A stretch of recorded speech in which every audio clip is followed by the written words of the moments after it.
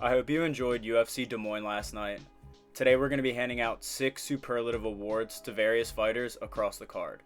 We will be handing out an award for the most valuable fighter on the card, the most likely to be cut, the most improved, an agent of chaos, the biggest letdown on the card, and a certain fighter or fight that got snubbed for a bonus. The most valuable fighter on the card is easily Reinier de Ridder. Derailing the Bo Nickel hype train, Reinier de Ridder was a sizable underdog and made it look easy, finishing Bo in the second round. The bodywork was absolutely beautiful. He was investing in that super early. Even when him and Bo got in that clinch situation 20 or 30 seconds in, you see him punching with uppercuts to the body. And even if they're slight, he's trying to tally him up and eventually land that big blow like the knee he did in the second round. Almost every shot he threw made Bo wince. And I'm not sure whether that's a testament to de Ridder's power, to Bo Nickel's inexperience, to not having faced much adversity, but whatever the case may be, de Ridder made a statement win last night in Des Moines, and picked up his second big name in 2025 after finishing Kevin Holland earlier this year. I don't think they're going to give him Sean Strickland like he asked for. That's just too far of a push up the rankings, but I could definitely see the UFC pushing de Ridder up into the top 10 and facing someone like Delite or Vettori later this year. Now the fighter most likely to get cut is Don'Tale Mayes. He made Thomas Peterson look like an absolute world beater, scoring 9 takedowns across 3 rounds. That's more takedowns than Peterson has had in his first 4 UFC fights combined. Mayes landed 3 significant strikes across 15 minutes, 1 significant strike in each round. If you look at his last few fights, he's lost to Peterson, Walter Walker, and the Blob Shamil Gaziev. So I guess you could say even though Mayes' competition has gotten worse with each fight, he's still not able to perform, doesn't really look like he wants to be in there, and has a professional record of 11-9. I don't think the UFC is going to keep him around. I know the heavyweight division is thin, but I don't think it's even worth putting on performances like these and paying someone like Don'Tale Mayes $20,000, $25,000, whatever they're paying him, to show up and just get gassed and not look like he wants to finish a fight. The most improved fighter at UFC Des Moines was Quang Le. Picking up his first UFC win in his 3rd try, the Vietnamese fighter needed to get his hand raised if he wanted to stay with the promotion.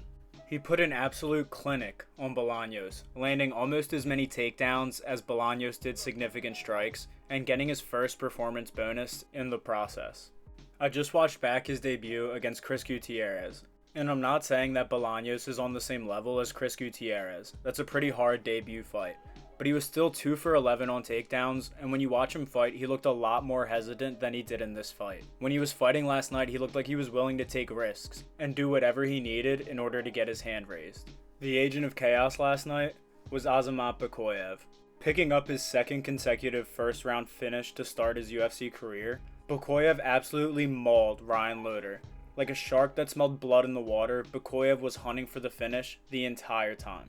As soon as he saw Loder start to stumble up against the cage, he didn't even care what Loder was throwing back. Throwing with 100% ferocity and 100% offense, Bakoyev was truly being an agent of chaos. I don't know whose idea it was to put 5'2" Gary Copeland as the ref in a middleweight fight, but as soon as he steps between the 2 fighters and Bakoyev stands up, I can't help but think that there's no way a guy like Gary Copeland would actually be able to get between these 2 guys if things got wrong and got heated or one of them was knocked out and couldn't defend themselves. But moving on from Gary Copeland and Azamat Bakoyev, we have the biggest letdown of UFC Des Moines, which is none other than Bo Nickel. This was one of the biggest hype trains we have seen derailed in a long time. I would argue that this hype train being derailed is not necessarily on the side of Ridder as it is as much of Nickel. De Ridder is a good fighter, he was a double champ at 1FC, but Bo Nickel looked like he had nothing to offer and quit in the 2nd round of that fight. It's a shame because it wasn't even a fight where it was a gritty decision and you were like, oh, Bo will come back from this, he's young. But it was a questionable fight where you were like, is Bo actually here in the UFC to make a mark? Does he want to be here? And does he have a future and a career in the sport?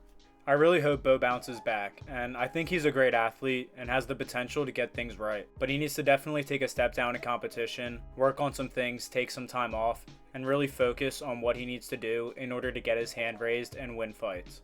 I was shocked when I saw that Mason Jones versus Jeremy Stephens did not get the fight of the night at UFC Des Moines. My guess for why they got snubbed was Jones' 3rd round performance where he just ragdolled Stephens and focused way more on control time than damage. But that 2nd round was probably my favorite round of the year so far. You had Mason Jones landing things like spinning back elbows that would cut open Stevens but wouldn't even face him, and then Stevens had exchanges that were stumbling Mason Jones and forcing him to shoot takedowns. The crowd was making sure they were known, and every single time Stevens would land something of value, they would roar and cheer behind him in his hometown. The fact that Stevens was a 5-1 dog and was still able to leave Mason Jones's face looking like that after the fight was 100% deserving of a performance bonus for both fighters, where this was the fight that got most fans excited on the card, had the crowd at their loudest, and was probably the fight that was most deserving of any money that people had paid for tickets and seats. If you made it this far in the video, thank you so much for watching. Let me know in the comments who you think is most deserving of these superlatives and who you would have given them to. And check us out on Instagram and TikTok, where I post the Barn Burner Gazette every week to highlight the upcoming fight card. Please like and subscribe, and I hope you have a great rest of your day.